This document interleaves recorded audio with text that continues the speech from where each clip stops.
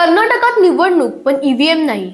होय, हे ऐकून थोडं आश्चर्य वाटेल, पण कर्नाटकात आता मतदान होणार आहे थेट मतपत्रिकांद्वारे. ईव्हीएमच्या विश्वासार्हतेवर देशभरात सुरू असलेल्या चर्चेच्या पार्श्वभूमीवर कर्नाटक राज्य निवडणूक आयोगाने एक महत्त्वाचा निर्णय घेतलाय.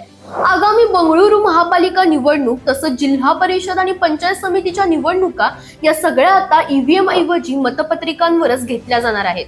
राज्य निवडणूक आयुक्त जी.एस. संगरेशी यांनी स्पष्ट केलं की हा निर्णय सर्व संबंधितांशी सविस्तर चर्चा करून घेतला आहे. खास गोष्ट म्हणजे मुख्यमंत्री सिद्धरामय्या यांच्या नेतृत्वाखालील राज्य मंत्रिमंडळाने गेल्या सप्टेंबरमध्ये स्थानिक स्वराज्य संस्थांच्या निवडणुकांसाठी मतपत्रिका वापरण्याची शिफारस केली होती.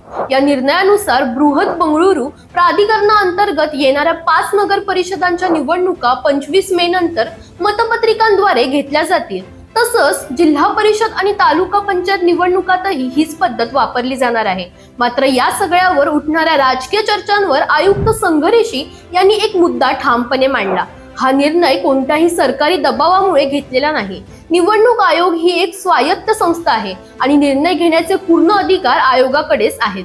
आता प्रश्न इतकाच आहे, कर्नाटकाचा हा निर्णय इतर राज्यांसाठीही एक नवा मार्ग ठरणार का? ते येणाऱ्या निवडणुकातूनच स्पष्ट होईल. दरम्यान तुम्हालाही अशाच पॉलिटिक्स रिलेटेड अपडेट्स हव्या असतील तर इंडिया लीडरला फॉलो करायला विसरू नका.